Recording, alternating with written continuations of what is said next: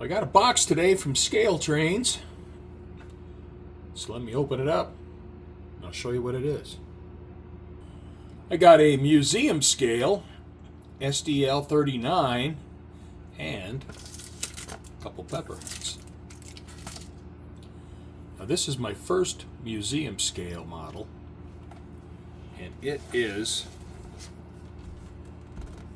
the Milwaukee Road billboard paint scheme, road number 585. Now, opening the box, it talks about all the specific road number details. It's a nice black and gold manual.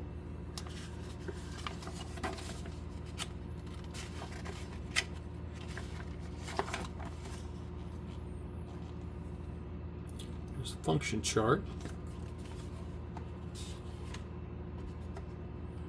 This has a heavy foam. This is dense foam.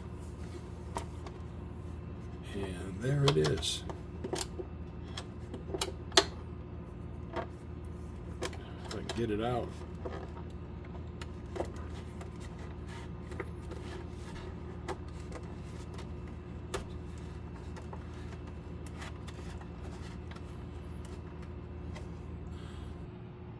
I'm hoping all of the issues that plagued this locomotive when it was first released have been addressed. Now, looking at the front and rear pilots, they look nice and straight. And I know the bowed pilots, or the drooping pilot, was a big deal when this was first released. So let's take a closer look at the locomotive. Doing a little bit of research on the SDL39. Only 10 were ever built, and they were all for the Milwaukee Road. And one interesting thing is the length of the SDL39. Even though it has 6 axles, it's the same length as a GP35. I think the reason for this configuration and the reason for this locomotive was it was used on branch lines with light-duty rail. And the 6-axle trucks would more evenly distribute the weight of the locomotive. And I don't think this locomotive would see mainline service. It was a branch line locomotive. And you can see with having 6-axle trucks, it has a small fuel tank. I think this cover over the engineer's window is for winterization. And I believe that cover on top is also a winterization cover. And the way I understand it, in the cold winter months, they could close that and they could retain some heat. One thing consistent about premium locomotives is how crisply they're molded. You know, a lot of lower cost locomotives, the details are soft, but on these premium locomotives, the details are almost always very crisp, very sharp.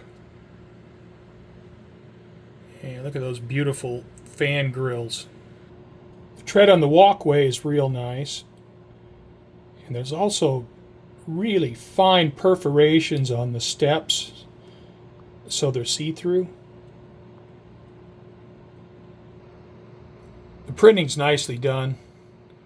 Again, you know, the printing's very crisp. It doesn't blur on the edges. The dividing line between the orange and black is sharp. The truck detail's really nice. You can see the placards and the stenciling. Has the GM placard. The Milwaukee Road placard is really nice.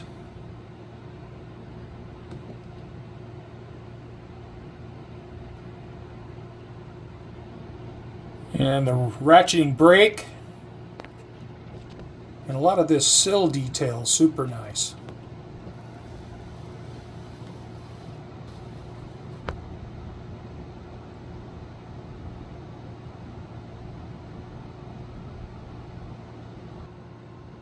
But the uncoupling levers, the hoses, the plow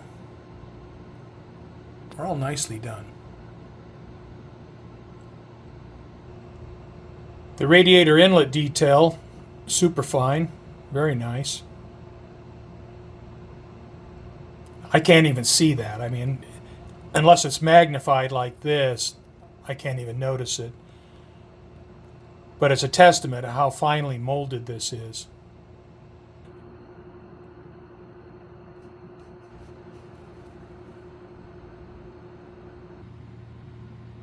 Let's start it up, see how it sounds.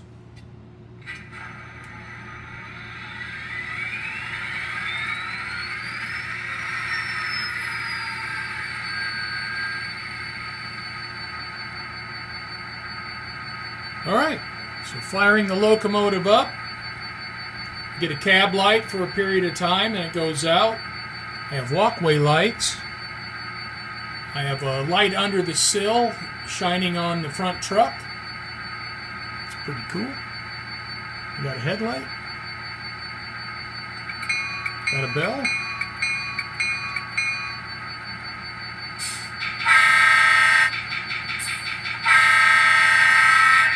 A horn.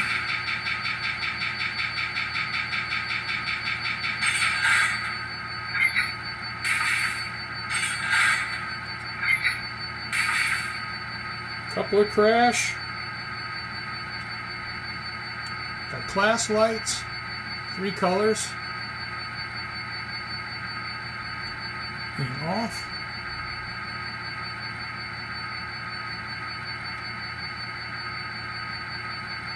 There's the beacon. Let's see how well it runs. Speed setting 1.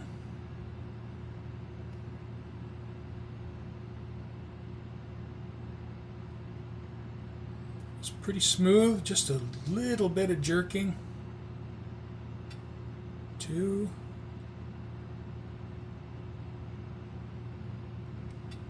3.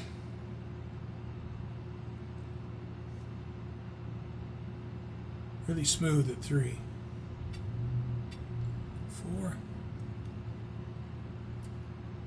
Just like glass. And we'll see if we can hear it notch up. Alright, I'm at speed setting 5. Going to 10.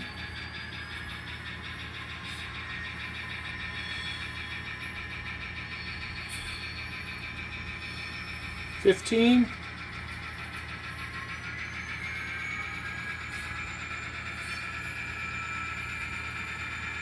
20.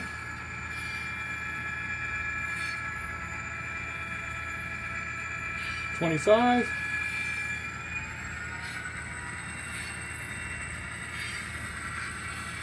30.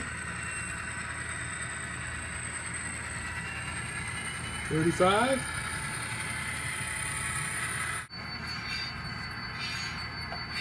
The speed setting is 5 in reverse. So we've got the number boards, the walkway lights, the rear headlight,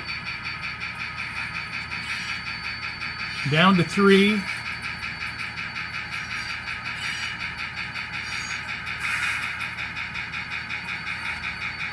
Two.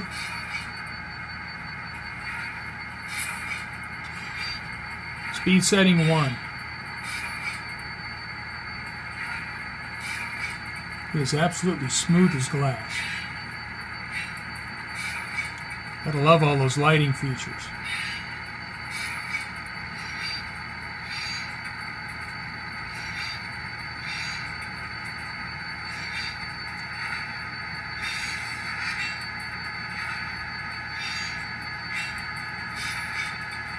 A little bit of flange squeal, that's pretty cool.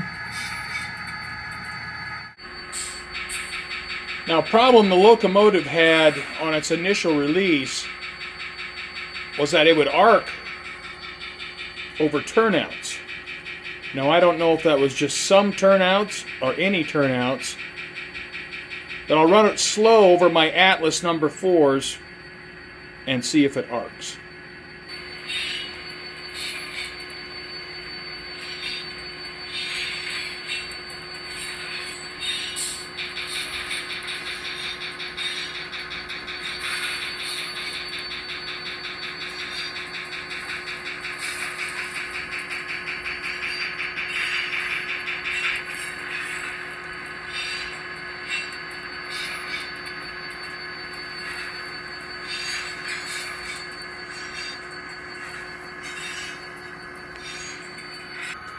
So I would guess they either fixed the problem or it's not a problem on Atlas custom line turnouts. I usually like to hook up a string of cars to a locomotive and see how well it pulls. But in this case, my bridges are out, working on scenery, so I'm not going to be able to do that. And there might be a few things I'd want to adjust. That staccato machine gun sound, I don't know if that's a compressor or what it is, but there it is right there. That's annoying as hell, and it's super loud. I'd like to turn that down. But otherwise, it works, it looks, it runs great. The scale trains, museum quality, Milwaukee Road SDL39. It's a little far from home on my Arizona themed layout. But I plan on adding some foreign power to my collection. Now I bought this from Scale Train's discount section on their website. Now that's where they put their closeouts, refurbs, box damage locomotives. I don't know if this is a refurb or just a closeout, but it looks brand new and it works terrific.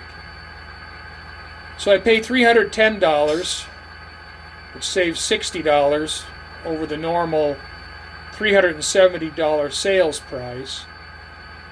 And I believe this locomotive, 585, is sold out now.